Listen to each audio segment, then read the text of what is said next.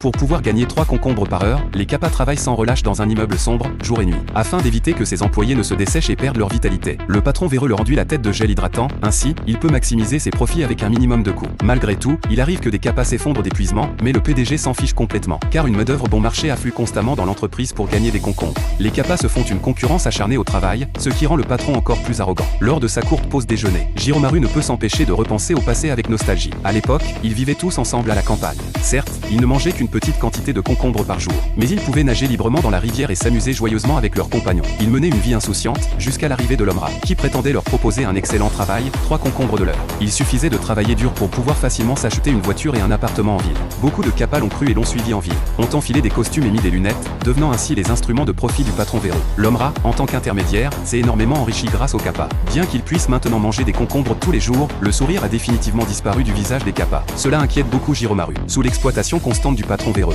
de plus en plus de CAPA s'effondrent de fatigue. C'est alors que Taromaru, le frère aîné de Giromaru, prend les devants. Il menace de mener une grève générale des CAPA et exige que le patron améliore leurs conditions de travail, notamment en fournissant une salle de bain accessible 24h24. Étonnamment, le patron véreux accepte volontiers et promeut même Taromaru au niveau de la direction. À ce moment-là, les CAPA semblent entrevoir un bel espoir. Pourtant, personne ne peut résister à la tentation du pouvoir et des concombres. Aveuglé par l'appât du gain, Taromaru oublie progressivement sa noble intention d'obtenir des avantages pour ses compagnons et commence à faire cause commune avec le patron véreux. Il évince l'homme rat de son rôle d'intermédiaire et exploite la confiance de son peuple pour recruter encore plus de CAPA afin d'agrandir l'entreprise. Personne ne savait que l'exploitation était encore plus féroce quand elle venait des siens. Ce jour-là, les CAPA prennent conscience de la vérité. Par hasard, ils découvrent sur un site d'emploi que le salaire horaire d'une supérette de nuit s'élève à 1000 yens, de quoi acheter 20 concombres. Les CAPA se rendent alors collectivement au bureau du patron, comptant réclamer le traitement qui leur revient en tant qu'employés. Mais le patron véreux n'a pas peur, selon lui, la loi ne s'applique qu'aux vrais êtres humains. Poussés à bout, les CAPA aspirent l'énergie vitale du PDG et le transforment en une locumène dépourvue de toute vitalité.